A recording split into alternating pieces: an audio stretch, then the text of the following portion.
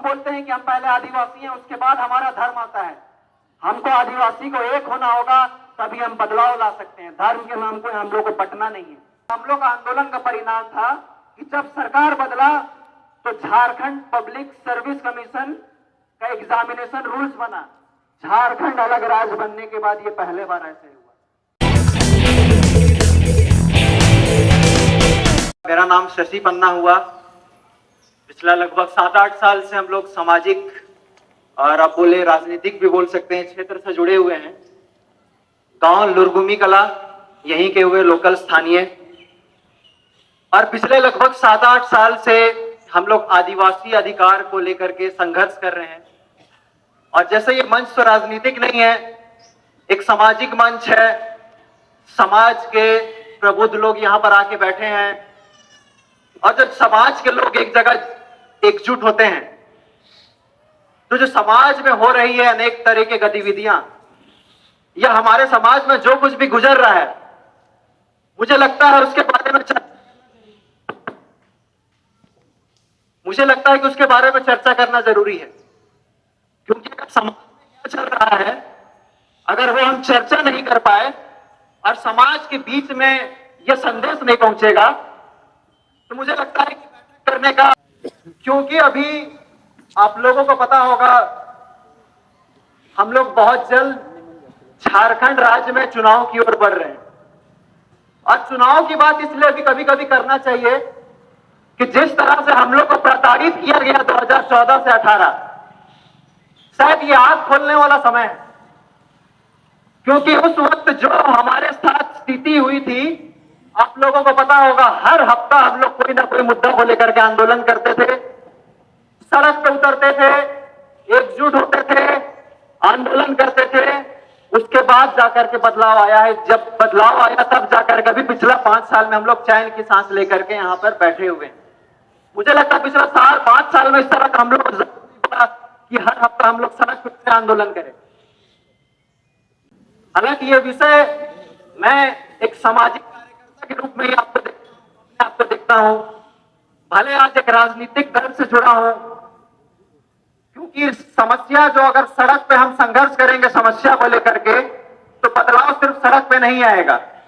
बदलाव के लिए हम लोगों को एक्टिव पॉलिटिक्स में होकर के राजनीति में पहुंचना जरूरी है। विधानसभा तक पहुंचेंगे जब तक नहीं, तब तक हम पॉलिसी मेकिंग में वृहद स्तर पर बदलाव नहीं ला पाएंगे। तो इसलिए ये जो आवाज है सड़क से सदन तक पहुंचना चाहिए।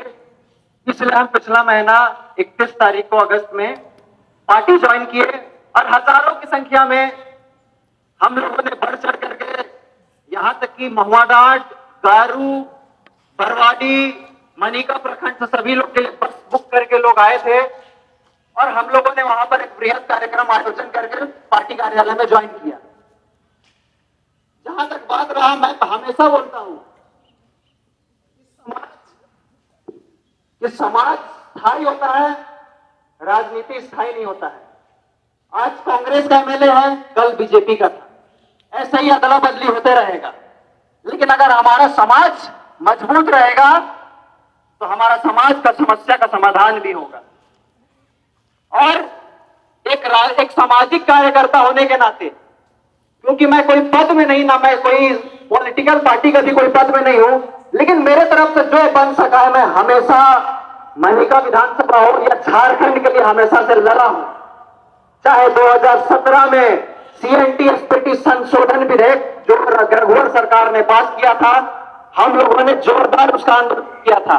उसका सभा यहां पर भी हुआ था, रांची मोराबादी मैदान में भी हुआ था, सभी जगह हम लोगों ने संघर्ष किया और रघुवर दास को घुटना टेकवा दिया, जिसके बाद वो जो विधेयक पास हुआ था उसको वापस लेना पड़ा। यह आदिवासी का ताकत है। उसके बाद भूमि अधिग्रहण संशोधन कानून हुआ, उसमें भी हम लोगों ने आंदोलन किए। जेपीएससी आंदोलन हम लोग 4 साल तक मेरे नेतृत्व में लड़ा गया था। हम लोग सड़क पे लड़े, 2 बार एग्जाम कैंसिल करवाए। उसके बाद हाईकोर्ट में सिंगल बेंच और डबल बेंच में भी केस जीते। और यही परिणाम था, हम लोग का आंदोलन का परिणाम था कि जब सरकार बदला तो झारखंड पब्लिक सर्विस कमीशन का एग्जामिनेशन रूल्स बना। झारखंड अलग राज्य बनने के बाद ये पहले बार ऐसे हुआ। तो ये हम लोग का संघर्ष का परिणाम है। इसके बाद अगर मैं व्यक्तिगत रूप से बोलूंगा तो ऐसा छोटा छोटा यहां पर हमारे प्रखंड स्तर पे या जिला स्तर पे कभी भी किसी को थाना में जरूरत पड़ता है, मैं हमेशा उनके साथ खड़ा रहता था। आपको पता होगा एक डुमरडी वाला घटना घटा था जिसमें आदिवासी समाज की कुछ युवाओं को जेल भेज दिया गया था। आदिवासी वर्सेस कोई अन्य समाज के द्वारा लड़ाई उसमें हुई थी। अभी से हमको लग रहा है 2021-22 आसपास का बात है। उस समय भी एक व्यक्ति को यहां थाना में बंद कर दिया गया था। रात में 12 बजे मैंने बेल दिलवाने का काम किया। उस समय डीएसपी राजेश कुजूर थे और असीम रजक यहां पर थाना प्रभारी थे। रात में 12 बजे उनको बेल दिलवाए। मैं कोई पद में नहीं हूं, लेकिन जो सहयोग हो सकता है वो करते हैं। नेतरहाट की बात करते हैं। आप नेतरहाट में एक थाना प्रभारी था, आप लोग नाम सुने होंगे। वो किसी के ऊपर भी हाथापाई कर देता था और बहुत ज्यादा दबंगाई करता था। हम लोगों ने उसको एक लकड़ी तस्करी का मामला में जब उसका वीडियो आया, सीएमओ तक हमने बात पहुंचाया, ट्वीट भी किया और उसके बाद सस्पेंड करवाए उसको। तो ये ताकत है आदिवासी समाज का।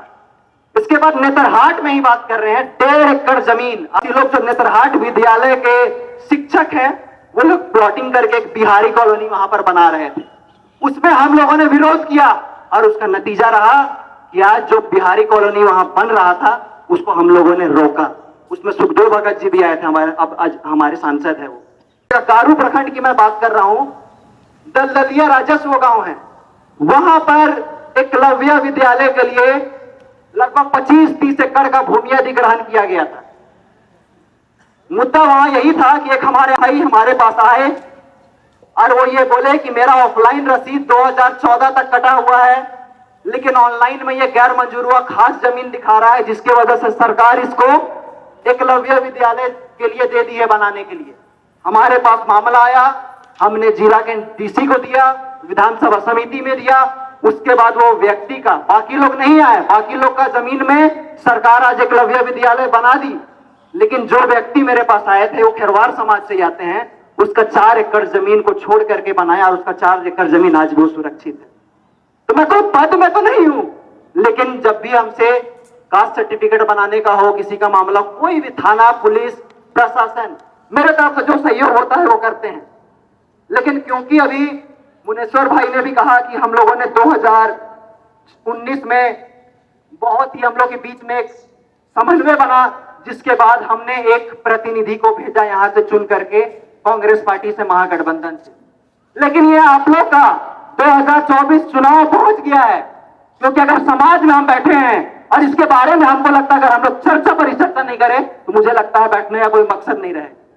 क्योंकि ये हम लोग को जानना होगा कि क्या सचमुच में हमारे जो हम चुने हुए जनप्रतिनिधि है वो काम कर रहे हैं कि नहीं। बिना कोई पद में रह करके अगर हम जनता का समस्या का समाधान कर सकते हैं तो जिस दिन पद में आएंगे जरूर उससे ज्यादा ही वृहद स्तर पे समस्या का समाधान होगा। समस्या तो बहुत सारा है, गिनाएंगे तो रात हो जाएगा, चाहे वो लैंड रिसर्वे का हो या भूयर मुंडा को आदिवासी का दर्जा का, लेकिन कोई कभी इस पर सदन पे आवाज नहीं उठाया गया। आज उसी का नतीजा है, क्योंकि अगर हम सदन की बात करते हैं, विधानसभा का, रोड, नाला, पुल, पुलिया, सरकार कोई भी हो, ये तो डेवलपमेंटल काम होते रहेगा।